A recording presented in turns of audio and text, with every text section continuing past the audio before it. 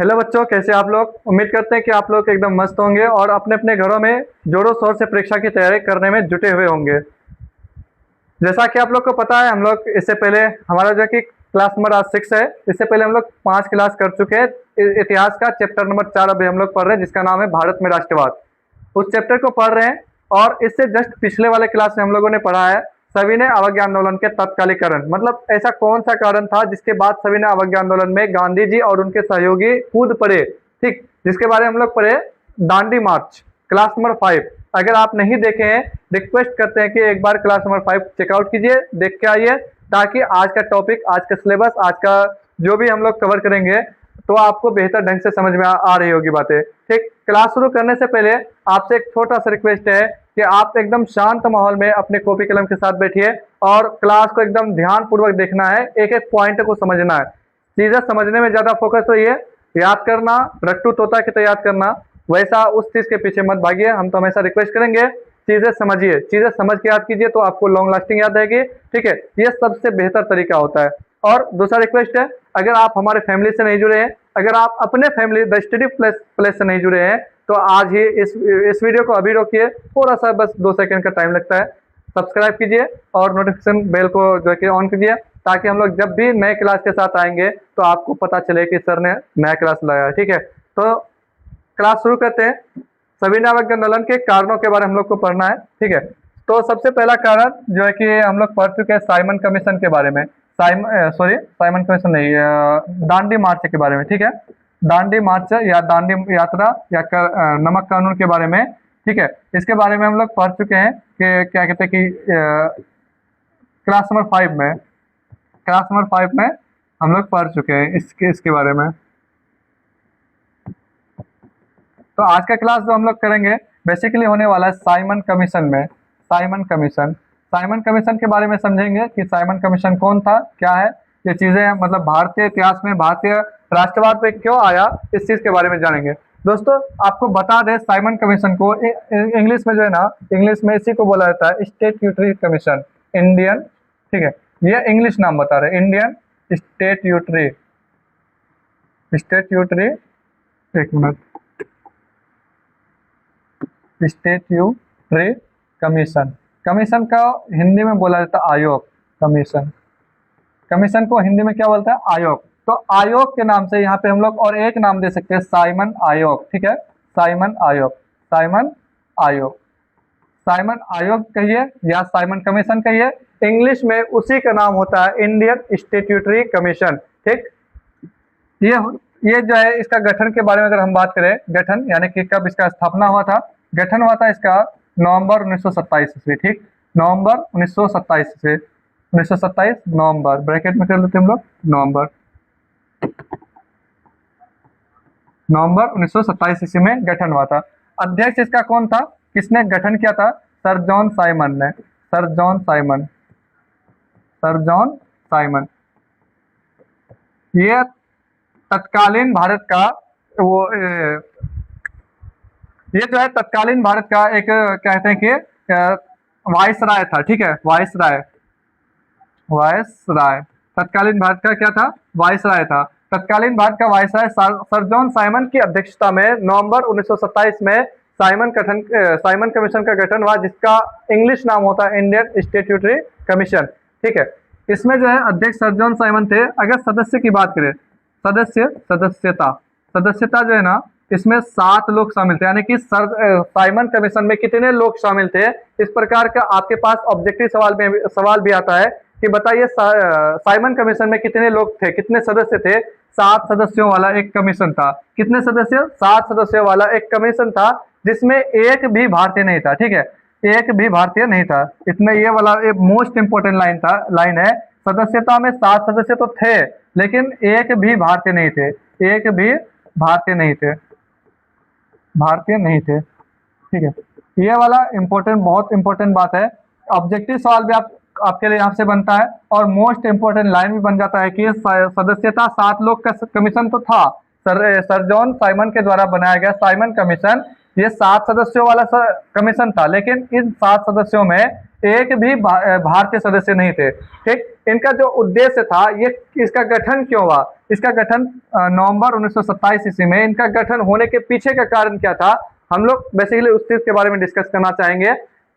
आप लोग को पता है, हम लोग पढ़े हुए, ठीक है, रॉलेट एक्ट। रॉलेट एक्ट कब पारित हुआ था बताइए, कमेंट में बताइए फटाफट। रॉलेट एक्ट पारित हुआ था 6 अप्रैल 1919 ईस्वी, 6 अप्रैल 1919 ईस्वी, 6 अप्रैल 1919 ईस्वी को, सॉरी 1919 ईस्वी को रॉलेट एक्ट पारित हुआ था, रॉलेट एक्ट लागू हुआ था। ठीक है, ये रॉलेट एक्ट क्या होता है हम लोग एकदम बिल्कुल एक्सप्लेन किए हुए हैं एक अलग सेपरेट क्लास में। 6 अप्रैल 1919 ईस्वी को रॉलेट एक्ट पारित हुआ। रॉलेट एक्ट में रॉलेट एक्ट जब पारित हुआ था, उस टाइम पे प्रावधान था, ब्रिटिश संसद में प्रावधान था कि हर 10 साल में, हर 10 साल में, प्रत्येक 10 वर्ष में, ठीक है, प्रत्येक 10 वर्ष में क्या होगा, इस कानून में सुधार होगा। ठीक है, सुधार होगा, यानी कि धीरे धीरे धीरे धीरे अंग्रेज ब्रिटिश सरकार का कहना था कि रॉलेट एक्ट इतना खतरनाक कानून है ना, टेंशन नहीं लीजिए, हर 10 साल में धीरे धीरे धीरे धीरे इस कानून में हम लोग सुधार करते चलेंगे। इसी के बीच घटना घटित हुआ, कुछ घटना घटित हुआ, जैसे कि हम लोग गांधी के द्वारा पढ़े हुए, गांधी जी के आंदोलन में पढ़े हुए, आई मीन कहने का मतलब वही हुआ कि गांधी जी के द्वारा आंदोलन किए गए थे, उन आंदोलन में पढ़े थे। असहयोग आंदोलन, असहयोग आंदोलन कब हुआ था, असहयोग आंदोलन, ठीक है, आंदोलन बताइए असहयोग आंदोलन कब हुआ था। असहयोग आंदोलन हुआ था 1920 से 22 ईस्वी, 1920 से 22 ईस्वी के बीच असहयोग आंदोलन हुआ। असहयोग आंदोलन को स्थगित क्यों किया गया था, असहयोग आंदोलन को स्थगित, स्थगित कहने का था रोकना। ठीक है, असहयोग आंदोलन को क्यों रोका गया था, तो 5 फरवरी, ठीक है, 5 फरवरी 1922 ईस्वी कौन सी घटना घटित हुई थी। भाई सारा चीज पढ़े हुए, अगर भुला गए तो आप एक बार जरूर क्लास को रिपीट कीजिए। ठीक है, 5 फरवरी 1922 ईस्वी को चोरी चोरा नामक घटना घटित हुई थी, चोरी चोरा हत्याकांड। ठीक है, चोरी चोरा हत्याकांड, यह घटना घटित होने से क्या हुआ था कि असहयोग आंदोलन को स्थगित किया गया। असहयोग आंदोलन का नेतृत्व, असहयोग आंदोलन को क्या किया था, स्थगित किया गया। असहयोग आंदोलन का नेतृत्व कौन कर रहे थे, गांधी जी कर रहे थे। ठीक है, तो गांधी जी कर रहे थे। जैसे चोरी चोरा हत्याकांड हुआ 5 फरवरी 1922 ईस्वी को, तभी मतलब असहयोग आंदोलन चोरी चोरा हत्याकांड की वजह से स्थगित हुआ, रोक दिया गया, एक तरह से बोल सकते हैं हम लोग खत्म कर दिया गया। ठीक है, तो 5 फरवरी 1922 ईस्वी के बाद गांधी जी को 10 साल के लिए, सॉरी 10 नहीं 6 वर्ष, गांधी जी को 6 वर्षों के लिए, ठीक है,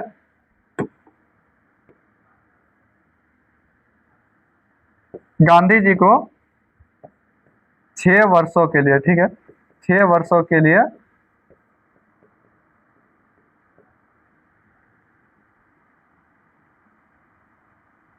6 वर्षों के लिए जाएंगे क्या करा, गिरफ्तार कर लिया, 6 वर्षों के लिए गिरफ्तार कर लिया गया,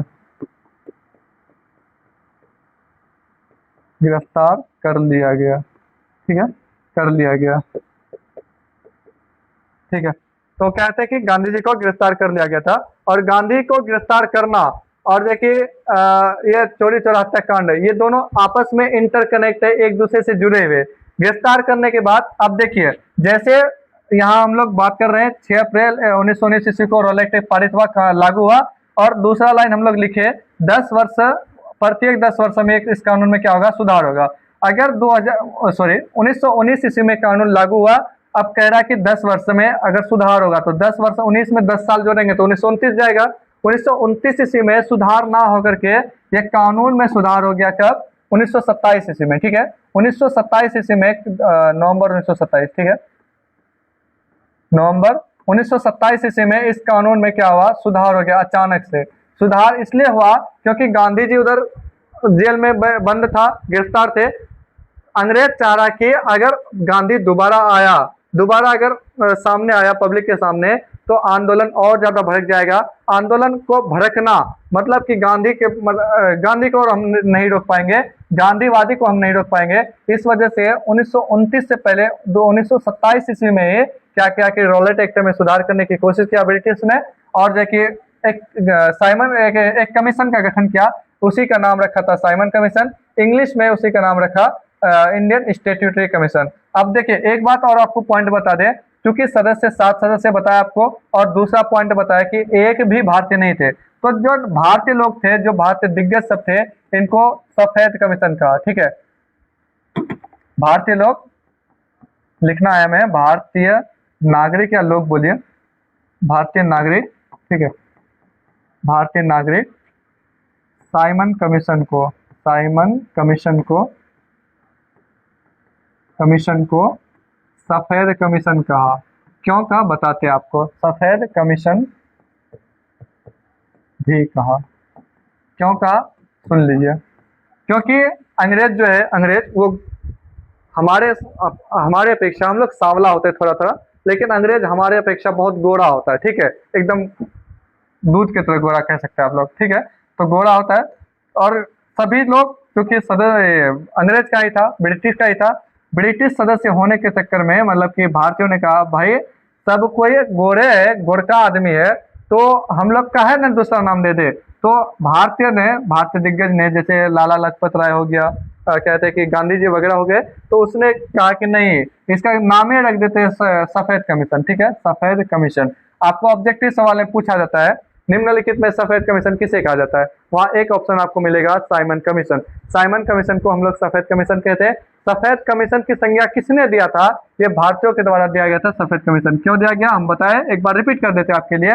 क्योंकि 7 सदस्य वाला आयोग था, 7 सदस्य अंग्रेज थे, ठीक है, अंग्रेज ब्रिटिश। और ये जो अंग्रेज होते हैं ना, ये बहुत गोरका होता है, ठीक है, हमारे अपेक्षा में बहुत गोरका होता है।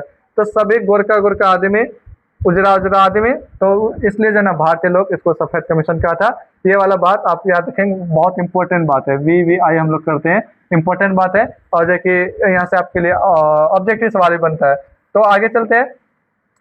साइमन कमीशन का गठन हो गया नवंबर 1927 ईस्वी में। साइमन कमीशन का दूसरा नाम हमने बता दिया सफेद कमीशन, एक इंग्लिश नाम इंडियन स्टैट्यूटरी कमीशन बता दिया हमने। और अब आगे चलते हैं, प्रोसेस को आगे करते हैं। तो सभी लोग मतलब सातों सदस्य मिलकर के 3 फरवरी 1922 ईस्वी, 3 फरवरी 1922 नहीं सॉरी 1927 ईस्वी, 3 फरवरी 1927 ईस्वी को, ठीक है, 1927 ईस्वी में मुंबई पोर्ट में, मुंबई बंदरगाह, एक मिनट सॉरी थोड़ा सा लिखने में गलत हो गया, मुंबई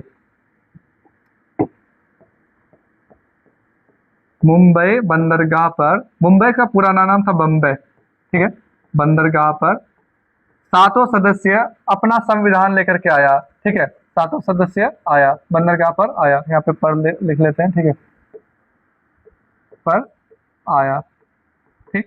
तो मतलब 3 फरवरी 1927 ईस्वी को मुंबई बंदरगाह पर 7 सदस्य थे ना, 7 सदस्य इंग्लैंड से, देखिए हमारे भारत में संविधान लागू होना है, हमारे भारत के लिए संविधान लागू होना है, लेकिन बन के कहाँ से आ रहा है, इंग्लैंड से आ रहा है। इंग्लैंड के संविधान 7 सदस्य ने मिल करके 3 फरवरी 1927 ईस्वी को इंग्लैंड मुंबई के बंदरगाह पर आ रहा है। और आया तो मतलब भाई सरासर गलत हो रहा है, हमारे भारत में संविधान लगना है, हमारे भारत में फॉलो होना है, लेकिन हमारे भारत में नहीं बना, हमारे भारत के सदस्य भी नहीं थे, कहीं और बना, वहां से आ रहा हमारा भारत। तो जो है ना, इसमें भारतीय लोग विरोध जताया। सबसे ज्यादा विरोध जो जताया वो लाला लाजपत राय थे, लाला लाजपत राय, ठीक है, लाजपत राय।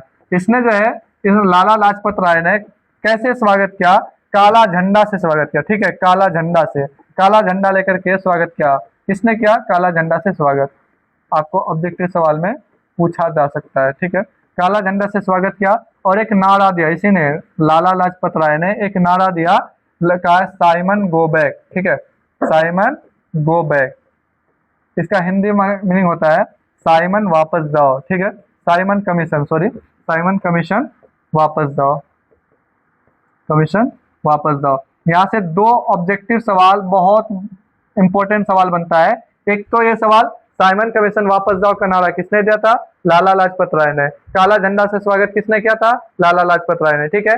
अब यहाँ से ये जो लाला लाजपत राय इस तरह से स्वागत किया और ये बातें जो कही, अंग्रेज का गुस्सा फूट पड़ा और अंग्रेजों ने लाला लाजपत राय पर लाठीचार्ज कर दिया, ठीक है, लाठीचार्ज, पुलिसों को ऑर्डर दिया और पुलिसों के द्वारा इस पर लाठीचार्ज कर दिया गया। और यहाँ तक इतना मारा इसको कि अंततः परिणाम ये हुआ कि लाला लाजपत राय की मृत्यु हो गई, ठीक है। मतलब लाठीचार्ज से, अंग्रेजों के लाठीचार्ज से कहते कि इतना मारा गया लाला लाजपत राय को कि वहीं पे मृत्यु हो गई। तो इसका विरोध करते हुए पंडित नेहरू का पिताजी, ठीक है, पंडित नेहरू का पिताजी मोतीलाल नेहरू, मोतीलाल नेहरू। इसने कहा कि नहीं भाई, हमारे संविधान, हमारा देश का संविधान आप किसी दूसरे देश से क्यों लाओगे, ठीक है। आपके घर का अगर कानून व्यवस्था हम बनाने लग जाए, या आपके घर का कानून व्यवस्था आपके पड़ोसी बनाने लग जाए, आप बताइए क्या आप अपने घरों में उस कानून को फॉलो कीजिएगा? इसका आंसर हम भी कर सकते हैं, शायद आप नहीं कीजिएगा, ठीक है। तो मतलब भाई मोतीलाल नेहरू जी कह रहे हैं कि भाई जो सही बात थी कि हमारे देश में कानून लागू होना है, हमारे देश में वो चीज़ चलेगा, लेकिन आप कर क्या रहे हैं कि आप अपने देश इंग्लैंड से वो चीज़ लेकर बना करके लेकर आ रहे हैं और हमको डायरेक्ट चिपका दीजिएगा। तो मतलब कहा कि नहीं, हम इस चीज़ को नहीं मानेंगे। तो उस समय में भारत का 1927 ईस्वी में भारत का जो है सचिव था लॉर्ड बिरकनहेड, ठीक है, सचिव, भारत का सचिव, लिख लेते हैं भारत का सचिव, ठीक है, भारत का सचिव कौन था? लॉर्ड बिरकनहेड, लॉर्ड बिरकनहेड, ठीक है, लॉर्ड बिरकनहेड था भारत का क्या? सचिव, ठीक है। सचिव ये जो है, फिर अब सामने अगर जो है कि आप गुस्साइएगा तो जाहिर सी बात है सामने वाला भी कहीं ना कहीं गुस्सा आएगा, ठीक है। लेकिन हमारा भारतीयों का गुस्सा जायज था, नाजायज नहीं, जबकि अंग्रेजों का गुस्सा हम लोग नाजायज कह सकते हैं, ठीक है। तो अब जो है कि लॉर्ड बिरकन है, ठीक है, ठीक है, ठीक है, लॉर्ड बिरकनहेड। तो मतलब कि अब जो है कि अंग्रेजों का गुस्सा फूटा और लॉर्ड बिरकनहेड एकदम खुले चुनौती दे दिया, किसको? भारतीयों को। कहा कि अगर हमारे द्वारा बनाया गया संविधान पसंद नहीं है, कोई दिक्कत नहीं, हमारे द्वारा दिया गया संविधान आपको फॉलो नहीं करना, कोई दिक्कत नहीं, आपको चुनौती देते हैं, मतलब भारतीयों को कह रहा है आपको चुनौती देते हैं, आप अपना संविधान खुद से बना लीजिए। इस चुनौती का स्वीकार करते हुए मोतीलाल नेहरू ने इस चुनौती का स्वीकार किया, ठीक है, मोतीलाल नेहरू, ठीक, मोतीलाल नेहरू, स्टार मार्किंग में रखेंगे इस चीज को, मोतीलाल नेहरू। मोतीलाल नेहरू क्या है, कौन है बताए ना? पंडित जवाहरलाल नेहरू, भारतीय प्रधानमंत्री, पहला प्रधानमंत्री के पिताजी, ठीक है। मोतीलाल नेहरू ने बिरकनहेड का, ठीक है, बिरकनहेड का चुनौती स्वीकार किया, ठीक है, चुनौती क्या करा? स्वीकार किया। कहा कि ठीक है, अगर आप बोलते हैं ना कि भारतीय अपना कानून बनाएगा, तो मोतीलाल नेहरू का ठीक है, हम बना लेंगे, हम अपना कानून हम अपने बना लेंगे, कि हमको कैसे रहना, कैसे जीना, हमारा लाइफ स्टाइल क्या होना चाहिए, सब चीज हम बना लेंगे। इस चीज को स्वीकार किया किसने? मोतीलाल नेहरू ने। ऑब्जेक्टिव सवाल, लॉर्ड बिरकनहेड का चुनौती किसने स्वीकार किया था? मोतीलाल नेहरू, ठीक है, स्वीकार किया। कहा कि ठीक है भैया, अब हम लोग जो ना कर लेंगे, सब कुछ कर लेंगे। तो जो है मोतीलाल नेहरू ने दिल्ली में सर्वदलीय बैठक बुलाया, ठीक है, कहाँ पे? दिल्ली में, दिल्ली, अभी जो भारत की राजधानी है दिल्ली में, सर्वदलीय बैठक, दिल्ली में सर्वदलीय, ठीक है, सर्वदलीय बैठक का आयोजन किया, बैठक का आयोजन किया। आयोजन का मतलब गठित करना, बुलाया, आयोजन किया, ठीक है, आयोजन किया। किसने किया था आयोजन? किसने किया था? मोतीलाल नेहरू ने, ठीक है। किसने आयोजन किया? तो मोतीलाल नेहरू, मोतीलाल नेहरू, ठीक है, इसने आयोजन किया। सर्वदलीय के बारे में थोड़ा सा जानते हैं, सर्वदलीय क्या होगा, ठीक है, सर्वदलीय, सर्वदलीय, सर्व का मतलब सभी से होता है, और दल्य का मतलब दल मतलब होता है पार्टी, जहाँ पे एक या एक से ज्यादा पार्टियां, नहीं सॉरी, दो या दो से ज्यादा पार्टियां, जहाँ पे दो या दो से ज्यादा पार्टियां, जहाँ पे, ठीक है, जहाँ पे दो या दो से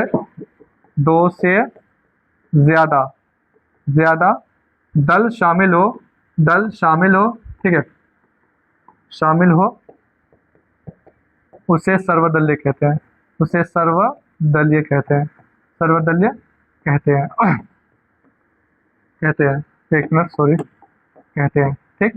सर्वदलीय का उद्देश्य होता है, सर्वदलीय का उद्देश्य एकता और अखंडता होता है, एकता और अखंडता होता है, ताकि देश का कल्याण,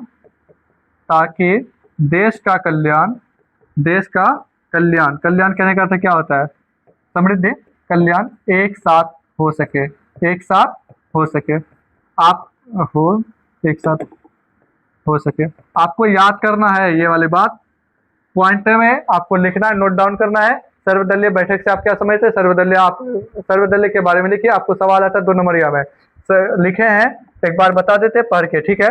सर्वदलीय, जहाँ पे दो या दो से ज्यादा दल शामिल हो, उसे सर्वदलीय कहते हैं। सर्वदलीय का उद्देश्य, यहाँ पे का है, ये का, सर्वदलीय का उद्देश्य एकता और अखंडता होता है ताकि देश का कल्याण एक साथ हो सके, ठीक है, तो उसे सर्वदलीय बैठक कहते हैं। सर्वदलीय बैठक में कौन सब शामिल था, थोड़ा सा जान लेते हैं। सर्वदलीय में जो बैठक आयोजित हुई थी, ये हुआ था 28 फरवरी, ठीक है, 28 फरवरी 1927 ईस्वी को, ठीक है, नहीं 28, सॉरी 28 फरवरी 1928 ईस्वी को यह बैठक आयोजन हुआ। कौन सब दल शामिल था, इसमें कांग्रेस दल शामिल था, ठीक है, कांग्रेस दल शामिल था, हिंदू हिंदू महासभा शामिल था, हिंदू महासभा महासभा शामिल था। उसके बाद जो है कि एक और था मुस्लिम लीग, ठीक है, मुस्लिम लीग, ये 3 दल शामिल था। सर्वदलीय में हम बताए, सर्व का मतलब सभी, दलीय का मतलब दल, ये यहाँ पे 2 या 2 से ज्यादा दल, देखिए कांग्रेस 1, ये 2, 1, 3, 2 या 2 से ज्यादा दल हमारा हुआ, इस वजह से इसको हम लोग बोलेंगे सर्वदलीय। 3 दल शामिल, कांग्रेस, हिंदू महासभा, मुस्लिम लीग, तीनों ने मिलकर के सर्वदलीय बैठक का आयोजन किया। कहाँ पे किया था, दिल्ली में किया था। ये कब किया था, 28 फरवरी 1928 ईस्वी को इस दल का आयोजन किया। और आयोजन के बाद, आयोजन होने के बाद जो है ना, इसने मांग रखा, ठीक है, इसने मांग रखा, क्या मांग रखा, डोमिनियन स्टेट, ठीक है, डोमिनियन स्टेट, ऐसे लिख लेते हैं हम लोग, सॉरी, सर्वदलीय बैठक में आयोजित मांग, सर्वदलीय, ठीक है, सर्वदलीय बैठक में आयोजित मांगे, मतलब जो है कि वो दल जो बैठा, तो मतलब वो क्या मांगा, हलवा पूरी तो मांगेगा नहीं भाई, जाहिर सी बात है, देश के प्रति बात करेगा, ठीक है, तो क्या मांगा था उसको बता देते हैं कि क्या मांग रखा गया था सर्वदलीय बैठक में, ठीक है, क्या मांग रखा, डोमिनियन स्टेट, ठीक है, डोमिनियन स्टेट का मांग रखा। कहा कि हमको अपना, डोमिनियन स्टेट क्या है, थोड़ा सा जान लेते हैं, ठीक है। डोमिनियन स्टेट में देखिए, राजनीतिक रूप से, ठीक है, राजनीतिक रूप से कहा कि राजनीतिक रूप से अंग्रेजों को कहा कि अंग्रेज वो हमारे पर शासन कर ले, ठीक है, राजनीतिक रूप से अंग्रेज हमारे पर शासन कर ले, लेकिन बाकी के तौर तरीके, हमको कैसे रहना, क्या करना, कैसे मतलब कौन सी, क्या खाना है, क्या पीना है, क्या अपना लाइफ स्टाइल क्या होना चाहिए, हमें शिक्षा लेना चाहिए या नहीं चाहिए, बाकी हमारे कंट्रोल में, मतलब भारतीयों के कंट्रोल में। राजनीतिक रूप से कौन मतलब ये करेगा, अंग्रेज, लेकिन राजनीतिक के अलावा जितने, जैसे सामाजिक होगा, जैसे आर्थिक होगा, ये सब में हमारा कंट्रोल, मतलब भारतीयों का कंट्रोल। ये जो होता है ना, ये प्रोसेस, ये प्रक्रिया, उसी प्रक्रिया का नाम होता है डोमिनियन स्टेट। तो डोमिनियन स्टेट की मांग रखा था कौन सी बैठक में, सर्वदलीय बैठक में, सर्वदलीय आयोजन में इस डोमिनियन स्टेट का मांग रखा। तो डोमिनियन स्टेट आपको उम्मीद करते हैं कि समझ में आया होगा, डोमिनियन स्टेट किसे कहते हैं, ठीक है। तो ये जो हम लोग पढ़े, इसी का नाम दिया गया नेहरू रिपोर्ट, ठीक है, इसी का नाम क्या गया, नेहरू रिपोर्ट। नेहरू, क्योंकि नेहरू जी ने किया था ना जी, तो मतलब उसी के आधार पर इसको कहा गया नेहरू रिपोर्ट। अभी जो हम लोग रिसेंटली क्लास की है, अभी 5 मिनट से, तो वो हम लोग पढ़ रहे थे, टॉपिक के नाम था नेहरू रिपोर्ट, ठीक है। उम्मीद करते हैं क्लास समझ में आ रही होगी, ठीक है। और कुछ कारण है, जैसे हम लोग जो है ना डायरेक्ट टॉपिक पे बात करते हैं, ठीक, देख लेते हैं डायरेक्ट टॉपिक पे, ज्यादा बड़ा टॉपिक नहीं है, इस वजह से हम लोग जो ना डायरेक्ट टॉपिक पे बात कर रहे हैं यहाँ पे, ठीक है। आई थिंक कोई दिक्कत नहीं होनी चाहिए, कोई इश्यू नहीं होना चाहिए। विश्वव्यापी आर्थिक मंदी, एक कारणों में से, सभी ने अवज्ञा आंदोलन के एक कारणों में से एक कारण ये भी है, विश्वव्यापी आर्थिक मंदी 1929-30 में, 1929-30 के दशक में आपको याद रखना है, बहुत भयानक आर्थिक मंदी आई थी। आर्थिक मंदी कहने का अर्थ मूल्यों का दाम बढ़ जाना, बाजारों में उत्पादित वस्तुओं का दाम बढ़ जाना, तो उसे हम लोग कहते हैं आर्थिक मंदी। तो 1929 और 30 के दशक में पूरे देश में बहुत ज्यादा आर्थिक मंदी आया था। उस आर्थिक मंदी का प्रभाव भारतीय अर्थव्यवस्था पर बहुत बुरा, ये बुरा है, ठीक है, बहुत बुरा असर पड़ा, जिसके कारण मूल्यों में बेतहाशा वृद्धि हुई। वृद्धि कहने का मतलब बढ़ जाना होती है, ठीक है, वृद्धि हुई। आयात निर्यात, जो एक देश दूसरे देश को भेज रहा है, दूसरे देश अपने देश को भेज रहा है, वो आयात निर्यात कम हो गया, ठीक है। और अगला एक कारण हम लोग देख लेते हैं, समाजवाद का बढ़ता प्रभाव। समाजवाद क्या होता है, आपने चैप्टर 2 में पढ़ा होगा समाजवाद, ठीक है, chapter 2, Karl Marx, Robert Owen, याद है ना। तो मतलब कि समाजवाद, तो समाजवाद का बढ़ता प्रभाव, अब लोग समाजवादी हो रहे हैं, अब राजनीति छोड़ रहा है, अब ये नहीं देख रहा है कि वो कोई मर रहा है तो मरने दो, नहीं, समाजवाद बन रहा है, लोग समाजवादी बन रहे। क्यों, क्योंकि उधर कहते हैं कि कार्ल मार्क्स और लेनिन ऐसे ऐसे दिग्गजों से जो है ना लोग जो है प्रभावित था, लोग सीखे हुए थे कि समाजवाद होता क्या है और समाजवाद के बारे में जाना हुआ था, ठीक है। तो मतलब भारतीय भारतीय लोग जो है ना, भारतीय कार्ल मार्क्स, हमने नाम भी दिया है, कार्ल मार्क्स एक समाजवाद से बहुत प्रभावित था। उधर कांग्रेस के जो है कांग्रेस दल, वो भी कार्ल मार्क्स के समाजवाद से प्रभावित थे, जिसको फैलाने में सबसे ज्यादा पंडित नेहरू और सुभाष चंद्र बोस सबसे ज्यादा माहिर थे। उसके बाद हम लोग थोड़ा सा क्वेश्चन आंसर करते हैं। जैसा कि हम लोग नेहरू रिपोर्ट पढ़े और साइमन कमीशन पढ़े, वहां से सवाल आता है तो आपको ढंग से लिखना है। तो हम आपको जो है ना डायरेक्ट सवाल बताते हैं कि कौन सा, हालांकि टॉपिक हमने कवर किया, ये दोनों टॉपिक हमने कवर नहीं किया था, डायरेक्ट हम लोग यहीं से पढ़ लिए, क्योंकि बहुत बड़ी बात नहीं है, ठीक है। इस वजह से साइमन कमीशन और नेहरू रिपोर्ट के बारे में हमने आपके लिए सवाल लाया है, डायरेक्ट सवाल। अब सवाल करते हैं डायरेक्ट, क्यों नहीं, मतलब कि हम लोग पढ़ चुके हैं ये चीज, ठीक है। साइमन कमीशन, साइमन कमीशन के बारे में अगर सवाल आए, साइमन कमीशन से आप क्या समझते हैं, साइमन कमीशन का वर्णन कीजिए, साइमन कमीशन के बारे में बताइए। तो मतलब लिखना इस तरीके से, देख लीजिए। साइमन कमीशन का गठन नवंबर 1927 में, अभी हमने आपको बताया, नवंबर 1927 में सर जॉन साइमन की अध्यक्षता में भारतीय संवैधानिक सुधार, यह क्या था, एक संवैधानिक सुधार समिति था, मतलब भारतीय संविधान सुधारने की बात कर रहा था, ठीक है। उद्देश्य से किया गया था।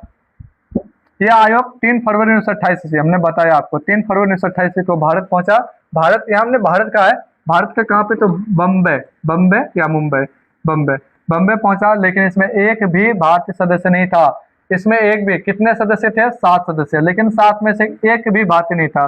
तो एक भी भारतीय नहीं था, इसलिए पूरे देश में इसका जोरदार विरोध हुआ और साइमन कमीशन गो बैक, यानी साइमन कमीशन वापस जाओ का नारा गूंज उठा, मतलब नारा लगाए गए लोगों द्वारा। लाहौर में विरोध प्रदर्शन का नेतृत्व लाला लाजपत राय कर रहे थे। पुलिस के निर्मम लाठीचार्ज में वे गंभीर रूप से घायल हुए और बाद में उनकी मृत्यु हुई। साइमन कमीशन में एक भी भारतीय सदस्य न होने के कारण भारतीयों ने इसे सफेद कमीशन भी कहा। हमने आपको बताया ना सफेद कमीशन के बारे में, भारतीय लोग उसे सफेद कमीशन भी कहा था, जिसको इंग्लिश में बोल सकते हैं हम लोग व्हाइट कमीशन, ठीक। आगे देखते हैं, और एक नेहरू रिपोर्ट, ठीक है। नेहरू रिपोर्ट के बारे में देखते हैं। नेहरू रिपोर्ट से आप क्या समझते हैं, नेहरू रिपोर्ट के बारे में बताइए, नेहरू रिपोर्ट के बारे में वर्णन कीजिए। क्या सवाल आ रहा है, नेहरू रिपोर्ट देखिए, उसके बाद आंसर कीजिए, ठीक है, टेंशन मत ले आप। साइमन कमीशन के विरोध के बाद, क्योंकि साइमन कमीशन के विरोध के बाद तत्कालीन भारत सचिव लॉर्ड बिरकनहेड, ठीक है, ये इंग्लिश में लिखा हुआ, लॉर्ड बिरकनहेड ने भारतीय नेताओं को चुनौती दी कि सभी दलों की सहमति मतलब परमिशन से अपना संविधान बनाकर दिखाए। भारतीय नेताओं ने इस चुनौती को स्वीकार किया।